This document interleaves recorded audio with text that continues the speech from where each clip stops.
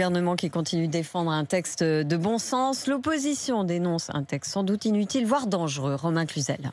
En première ligne, Jean-Luc Mélenchon. Pendant une demi-heure, le leader de la France Insoumise fustige les manquements de cette loi. Ce qui compte, c'est moins ce que vous proposez de faire que ce que vous décidez de ne pas faire. Comment peut-on faire une loi sur le climat sans dire un mot sur les accords internationaux qui sont des invitations surpuissantes au saccage de la planète? Ce qui compte, ce sont nos propositions, répond la ministre de la Transition écologique, Barbara Pompili, droite dans ses bottes. Nous allons mettre en place des zones à faible émission. Ça va concerner la moitié de la population française. Et nous avons des gens, des artisans qui ne pourront plus rentrer dans ces zones-là. Et donc, nous allons les aider à pouvoir changer de véhicule. Parce que c'est facile de balancer des slogans, c'est un petit peu plus difficile de pouvoir les appliquer. Les longues prises de parole de la majorité pour défendre le texte sont loin de convaincre la présidente du RN, Marine Le Pen. Malheureusement, les mesures de ce texte ne changeront sans doute pas grand-chose au dérèglement climatique en cours.